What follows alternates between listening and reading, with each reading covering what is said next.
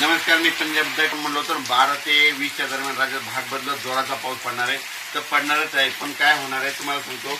हे पाऊस जरूर वाढत जाणार आहे म्हणून हा अंदाज लक्षात येतात.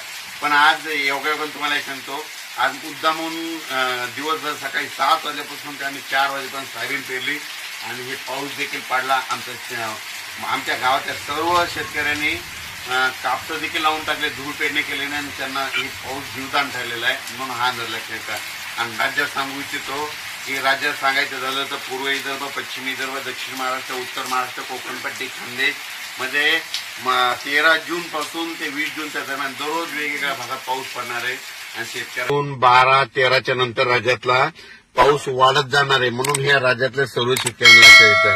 पूर्व विदर्भ, पश्चिम विदर्भातल्या शेतकऱ्याला सांगू इच्छितो की तुमच्या भागाकडे म्हणजे 11च्या नंतर पाऊस, 12-13 जूनच्या नंतर तुमच्याकडे पाऊस येणार आहे म्हणून तुम्ही तुमचा पेरणीचा निर्णय घ्यावा. त्याच्यानंतर दक्षिण महाराष्ट्रातल्या शेतकऱ्याला सांगू इच्छितो की दक्षिण महाराष्ट्राकडे म्हणजे तुम्हाला सांगायचं झालं तर आज म्हणजे 9 जून, 10, 11, 12 तुमच्याकडे 9, 10, 11, 12 पासूनच पाऊस तुमच्याकडे चांगल्या प्रमाणात पडणार आहे म्हणून हा अंदाज लक्षात येतं.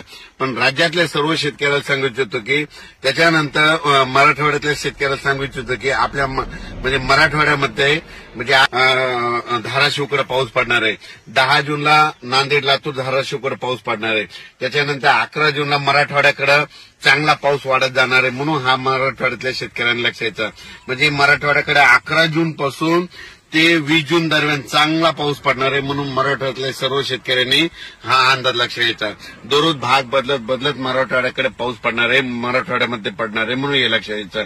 पण काय होणार आहे, दररोज वेगवेगळ्या भागात पाऊस पडणार आहे आणि संपूर्ण मराठवाड्याच्या शेतकऱ्याची पेरणी देखील जूनच्या शेवटपर्यंत होऊन जाणार आहे म्हणून हे अंदाज लक्षात